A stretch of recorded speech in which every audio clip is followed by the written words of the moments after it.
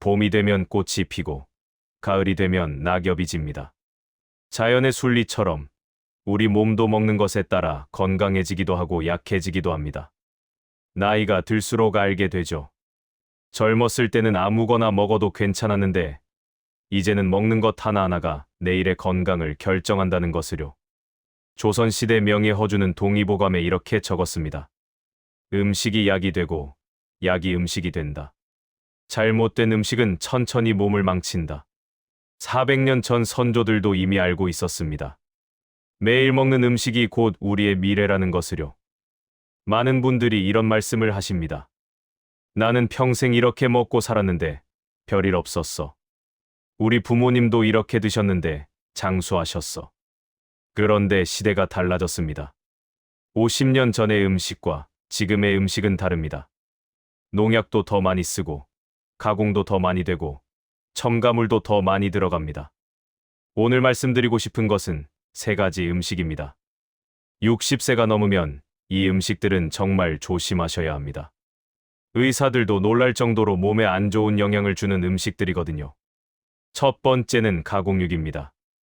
햄, 소시지, 베이컨 같은 것들이죠. 아침에 햄 한두 조각 구워 먹는 게 뭐가 나빠? 라고 생각하실 수 있습니다. 하지만 이 가공육들에는 아질산나트륨이라는 보존제가 들어갑니다. 아질산나트륨은 고기를 분홍빛으로 보이게 하고 상하지 않게 만듭니다. 하지만 우리 몸속에서는 발암물질로 변합니다. 특히 위나 대장에 문제를 일으킵니다. 세계보건기구에서는 가공육을 1급 발암물질로 분류했습니다. 담배와 같은 등급이라는 뜻입니다. 그래도 가끔 먹는 건 괜찮지 않아? 라고 물으실 수 있습니다.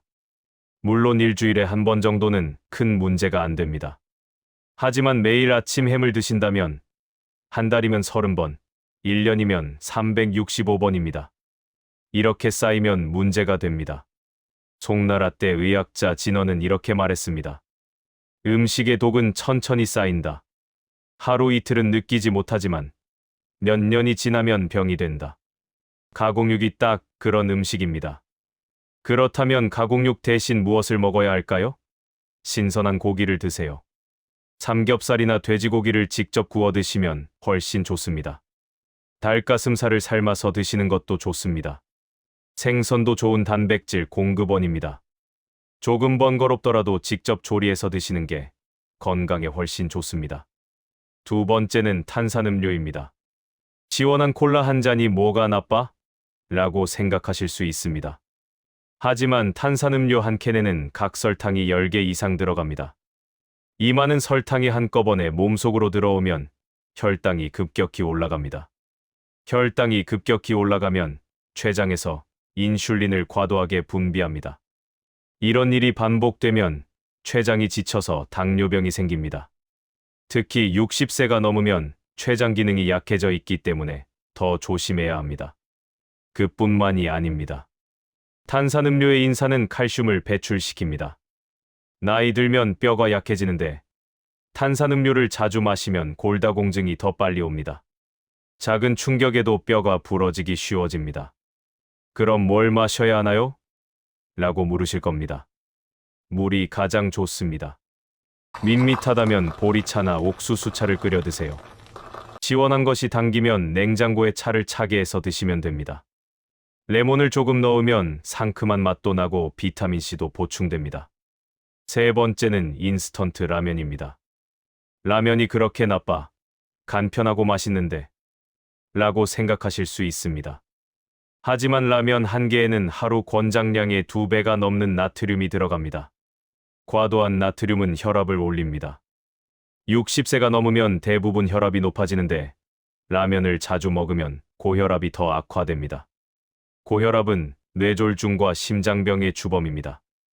라면의 기름은 대부분 산화되어 있습니다. 산패된 기름은 혈관을 막고 콜레스테롤을 높입니다. 면을 튀길 때 사용하는 파뮤는 포화 지방이 많아서 심장에 부담을 줍니다. 정약용 선생은 이렇게 말씀하셨습니다. 편한 것을 줬다가 건강을 잃고 맛있는 것을 줬다가 수명을 줄인다. 라면이 간편하고 맛있다고 해서 자주 먹으면 결국 건강을 해칩니다. 그럼 배고플 때 뭘 먹어야 하나요? 국수를 직접 삶아 드세요. 칼국수나 수제비도 좋습니다.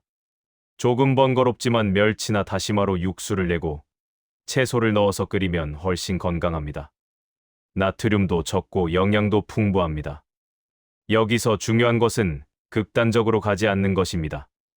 이 세 가지 음식을 절대 먹으면 안 된다는 뜻이 아닙니다. 가끔, 특별한 날에 조금씩 드시는 것은 괜찮습니다. 문제는 습관적으로, 자주, 많이 먹는 것입니다. 일주일에 한 번 정도 햄 한두 조각 드시는 것은 큰 문제가 안 됩니다. 한 달에 한 번 라면 하나 끓여 드시는 것도 괜찮습니다. 중요한 것은 빈도입니다. 매일 먹는 것과 가끔 먹는 것은 천지 차이입니다. 그렇다면 60세가 넘어서는 무엇을 먹어야 할까요? 첫째, 채소를 많이 드세요. 특히 색깔이 진한 채소가 좋습니다. 시금치, 브로콜리, 당근 같은 것들이죠. 이런 채소들에는 항산화 성분이 풍부해서 노화를 늦춰줍니다. 둘째, 생선을 자주 드세요. 고등어, 삼치, 꽁치 같은 등푸른 생선에는 오메가3가 많습니다. 오메가3는 혈관을 깨끗하게 하고 뇌 건강에도 좋습니다. 일주일에 두세 번 정도 생선을 드시면 좋습니다. 셋째, 통곡물을 드세요. 긴 쌀밥보다는 현미나 잡곡밥이 좋습니다. 통곡물에는 식이섬유가 많아서 혈당이 천천히 오릅니다. 변비 예방에도 좋고 대장 건강에도 도움이 됩니다. 넷째, 콩을 드세요. 두부, 된장, 청국장 같은 발효식품이 특히 좋습니다. 콩에는 식물성 단백질이 풍부하고 발효 과정에서 유익한 균이 생깁니다. 이 균들이 장 건강을 지켜줍니다. 다섯째, 견과류를 조금씩 드세요. 아몬드, 호두, 땅콩 같은 것들입니다. 하루에 한 줌 정도면 충분합니다. 너무 많이 먹으면 칼로리가 높으니 조금씩만 드세요. 노자는 도덕경에서 이렇게 말했습니다. 배부르게 먹지 말고 80%만 채워라. 과식은 오히려 몸에 부담을 줍니다. 조금 부족한 듯하게 먹는 것이 장수의 비결입니다.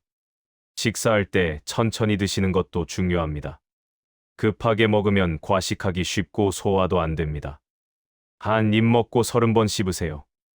그러면 소화도 잘 되고 포만감도 빨리 옵니다. 물을 충분히 마시세요. 하루에 68잔 정도가 적당합니다. 물은 혈액을 맑게 하고 신장 기능을 도와줍니다.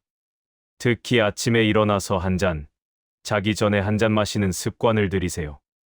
규칙적으로 식사하는 것도 중요합니다. 하루 3끼를 일정한 시간에 드세요. 우리 몸은 규칙을 좋아합니다. 일정한 시간에 밥을 먹으면 소화 기관도 리듬을 찾습니다. 가족과 함께 식사하는 것도 좋습니다. 혼자 먹으면 대충 먹기 쉽고 영양도 불균형해집니다. 가족과 함께 식탁에 앉으면 음식도 다양해지고 대화도 나눌 수 있습니다. 식사 시간이 즐거워지면 소화도 더 잘 됩니다. 쇼펜하우어는 이런 말을 했습니다. 건강은 모든 것은 아니지만 건강을 잃으면 모든 것이 의미 없어진다. 아무리 돈이 많고 좋은 집에 살아도 건강하지 않으면 아무 소용이 없습니다. 건강의 기본은 먹는 것입니다. 매일 3번, 우리는 선택합니다. 무엇을 먹을지, 얼마나 먹을지. 그 선택이 쌓여서 내일의 건강을 만듭니다. 오늘 하루 잘못 먹는다고 당장 병이 생기지는 않습니다.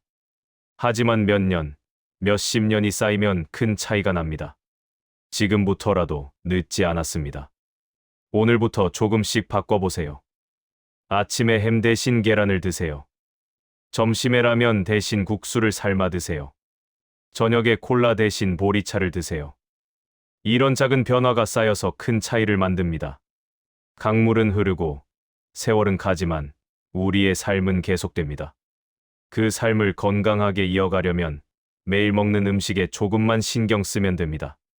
거창한 변화는 필요 없습니다. 작은 습관 하나하나가 모여서 건강한 노년을 만듭니다. 오늘 배운 내용을 가족들과 나눠보세요.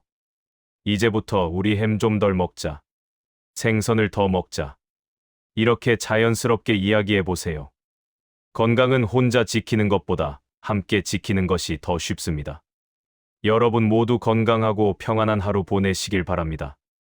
우리 함께 건강하게 나이 들어갑시다. 좋은 음식으로, 좋은 습관으로 건강한 내일을 만들어 갑시다.